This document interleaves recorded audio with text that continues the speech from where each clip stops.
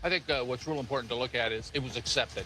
And that was a step that had to be crossed, and we're real excited about it being accepted. Hello, and welcome to the Freight Flow Advisor Brief. That clip you just heard was Jim Vena sitting down with CNBC to talk about the recent merger news. Now, it was a short interview, about 6 minutes long, but it carried a lot of weight, including Vena's response to President Trump's idea that the federal government ought to own a slice of Union Pacific and Norfolk Southern after the mega merger. Vena's message back was exceptional as he navigated a dicey subject. He essentially said, thanks for the vote of confidence, but we don't need your help. Now, I want to talk about what that signal really tells us. So let's get into it. As many of you know, we've got the largest proposed railroad transaction in modern U.S. history. This whole process started in July of 2025, and it was announced as an $85 billion cash and stock deal with Norfolk Southern, valued at roughly $320 per share and an 18.6% premium over its pre-rumor close. Now, if you fast forward to this year, President Trump floats something that we have basically never seen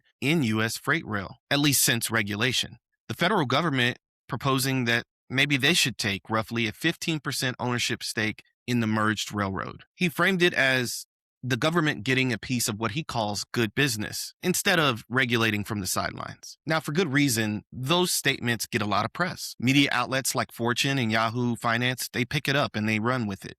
People start asking, is this where we're headed? Public equity in private freight networks? Now, let's shift back to when Jim Vena went on CNBC. He really said two important things. First, he called it reassuring that the president thinks this is good business and a good business move. That's a polite nod to the Oval Office. But then he draws a very hard line, stating, we're a company that can afford to handle what the price is for this deal, and we don't need anybody's help to do this. Check out this exchange about it. Last few days, but we got to set the stage here. You have a relationship with the president. Union Pacific's dedicated a train to the president. You've donated to the White House ballroom. And now there are reports that the president has some interest in potentially taking a stake in Union Pacific. Listen, let's frame it to where we are fundamentally. We're a company that can afford to make this deal. We're a company that can afford to handle what the price is for this deal. And we do not need anybody's help to do this.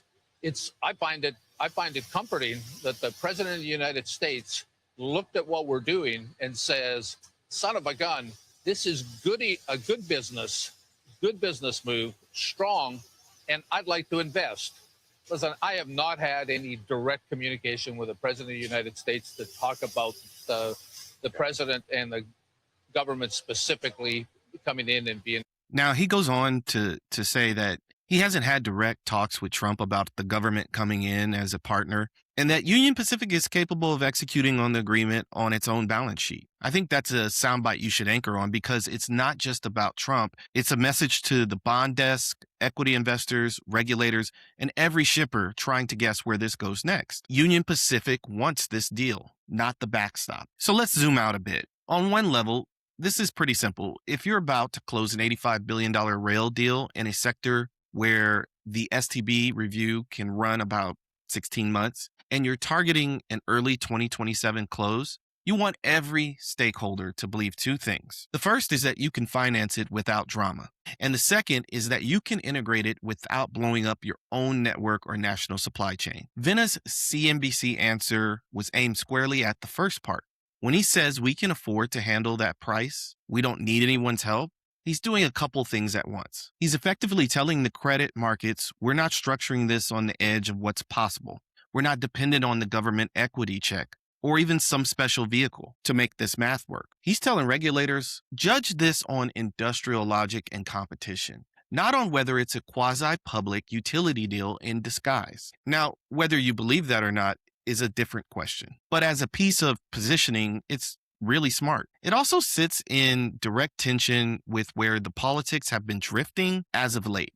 Because when a sitting president says, essentially, if you're going to merge, I want 15% of the railroad, that's a statement about industrial policy, and it's a signal that freight rail is being viewed as a strategic asset where public equity ownership is on the table, not just regulation and safety oversight. So if you're listening to this, the important takeaway is not that this particular 15% idea will happen. No, it's that the important takeaway is the conversation is now live, and Vena chose to push back politely but firmly on that trend line. Now, the other reason this matters is that the underlying deal is not small ball.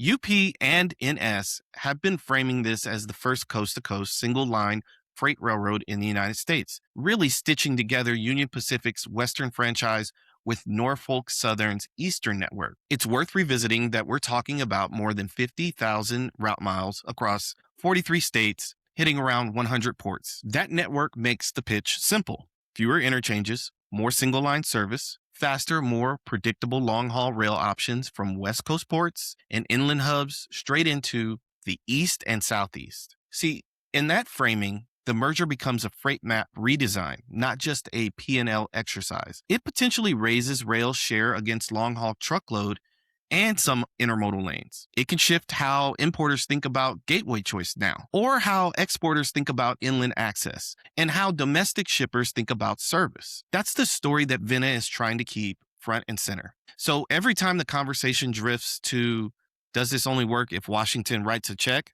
It kind of undercuts that network narrative. So telling CNBC we can do the deal without help drags that narrative and spotlight back to we're building a transcontinental network and we believe the economics stand on their own.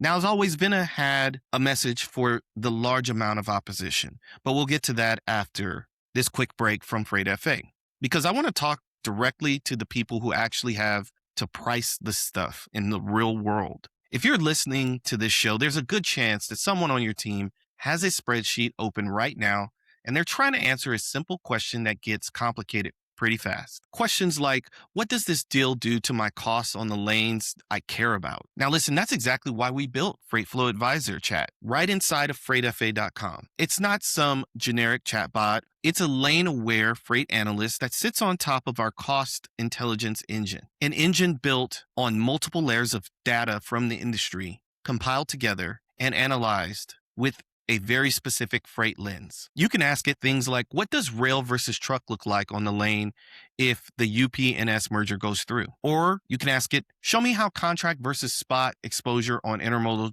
changes my risk if service reliability improves by 5%. Now, no matter what question you ask, under the hood, Freight Flow Advisor Chat is pulling the same modeling logic we use in our SaaS product: multimodal cost estimates, accessorials, fuel, and realistic service assumptions.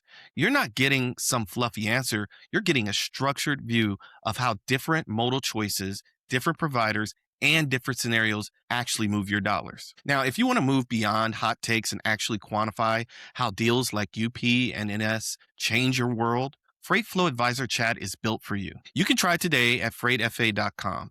While you're there, look for the Ask Freight Flow Advisor button. Spin up a conversation and start asking the questions you wish your spreadsheets could answer. Now, as we go back to Jim Vena, I want to talk about how he addressed this opposition. Take a listen. About the people that are opposed, we have over 2,000 letters of support. Those letters come from customers, from political people across and you can go online and take a look at them. I think the amount of support that we get is extremely high for this kind of move. Now, recently we talked about coalitions and the opposition, but we also talked about some of the voices of support as well. The biggest thing for me is the voices that have not come forward yet to either support or oppose this merger. And if you want more information about that and who that is, jump over to substack.com and search the article Heard and Unheard, where we comprehensively break down every party that is invested in this merger, whether it goes through or it doesn't. So let's bring this back to you. If you're an executive or investor in freight right now, there are a few concrete moves worth making off the back of this story. First, treat Vena's comment as a baseline, not a guarantee. We don't need anybody's help is the message to send publicly. It doesn't mean financing and integration risk magically disappear. Build your scenarios with the assumption that the deal can close on private capital. But keep a contingency view that assumes delays, added conditions, or even an eventual recut of terms if the markets move. Second, get lane specific about your exposure. Don't just say this is good or bad for rail. Identify 5 to 10 lanes where a unified UP-NS network would plausibly offer you a single line option that maybe you don't have today. Those are the lanes where your negotiation posture will change the fastest if this goes through. Third, you've got to continue to watch the regulatory concessions. If the STB or DOJ conditions end up forcing asset sales, trackage rights, or service commitments on specific corridors, that will shape where the new network can actually flex its muscles. The farmers, the industrial shippers, and smaller regions already expressing concern in public comments, they understand this, and you should too. So in closing, for me, the most interesting part of Jim Vena's CNBC appearance wasn't the politeness towards the president, it was the boundary he drew. He effectively said, we'll take the endorsement, but not the equity. In a world where governments around the globe are getting more comfortable owning pieces of critical infrastructure, that's a very deliberate stance. For freight and logistics leaders, the question isn't whether you agree or disagree with that stance. The question is whether you're ready for a rail landscape where coast-to-coast single-line service is on the table and you've actually run the numbers on what that means for your business. Now, if you want help doing that, you know where to find us, freightfa.com. Now, listen, if you enjoyed this episode and you enjoy our show, we really appreciate you. And we want to continue to grow.